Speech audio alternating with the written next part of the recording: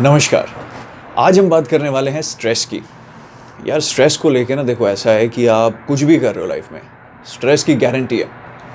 मतलब चाहे आप ऑफिस में काम कर रहे हो, घर में काम कर रहे हो, वर्क फ्रॉम होम हो, जॉब कर रहे हो, कंपनी के सीईओ हो, या फिर आप कंपनी ज्वाइन कर रहे हो, लाइफ के किसी भी पड़ाव में होगे स्ट्रेस पक्का होगा। अब दिक्कत ये आती है कि इसे डील कैसे करें। देखो, पहली चीज़ तो ये है कि इससे हम में से कोई नहीं भाग सकता। हर किसी को पक्का 110% इसके अंदर या इस फीलिंग के अंदर कम से कम नहीं तो दिन में मेरे ख्याल से 5 से 7 बार तो जाना पड़ता होगा। प्रॉब्लम ये है कि हम उसमें से निकल पा रहे हैं कि नहीं। निकलना सिंपल है, गारंटेड नहीं है, लेकिन वापस आओगे ये भी मैं बता रहा हूँ, क्योंकि हम इंसान हैं। ऐसा नहीं है कि एक बार निकल गए तो कभी वापस स्ट्रेस नहीं होगा। लेकिन कुछ टेक्निक्स हैं, अगर आप इनको बार बार यूज़ करोगे तो असर बड़ा होगा, कम ज़रूर हो जाएगा, इस बात की गारंटी है। पहली चीज़ ये है कि जिस भी बात से परेशान हो रहे हो, जिस भी बात से स्ट्रेस है, उसको लिख लो। Just write it down, simple लिखना है उसको, ठीक है।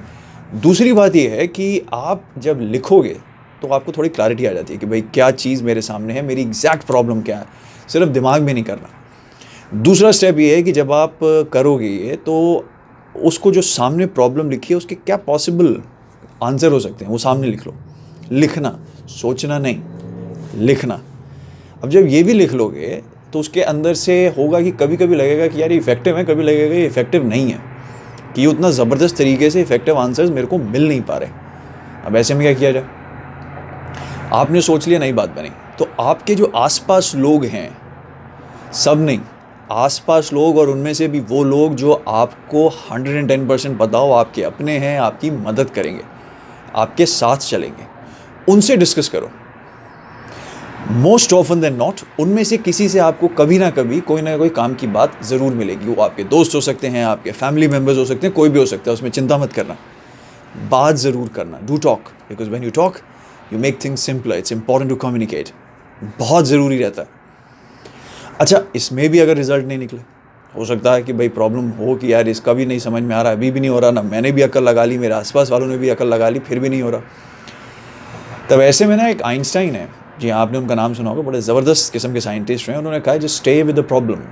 तो उस प्रॉब्लम को बस लिख के कहीं अलग रख दो, सोचना नहीं, लिख के कहीं अलग रख दो, और फिर उसको रहने दो थोड़ी देर में। हाँ, मतलब आप अपने बाकी कामों में लग जाओ को, ठीक है ये एक दिक्कत है, इसका भी आंसर नहीं है मेरे पास, पर उसको वहीं पड़े रहने दो। और जब भी कभी कभी होगा कि आप कुछ काम कर रहे होगे, एकदम से स्ट्राइक कर जाएगा, कभी कभी नहीं करेगा, और जब कभी कभी स्ट्राइक कर जाए तो फटाक से उसको उस समय नोट डाउन कर लो, क्योंकि हमारी आदत है हम भूल जाते हैं, हम सब भूलते हैं। इसलिए आप दिक्कत मत लगाना, फटाफट लिख लेना।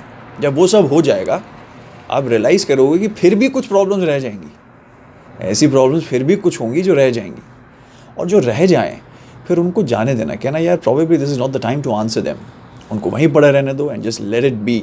बट यू नो आपने क्या उनको रख लिया है। इट इज़ लाइक कि ज़िंदगी में कोई भी दिक्कत हो, हर चीज़ से इमीडिएटली लड़ना ज़रूरी नहीं है, और अगर ज़रूरी हो तो उनको इन स्टेप्स में से लेके जाना।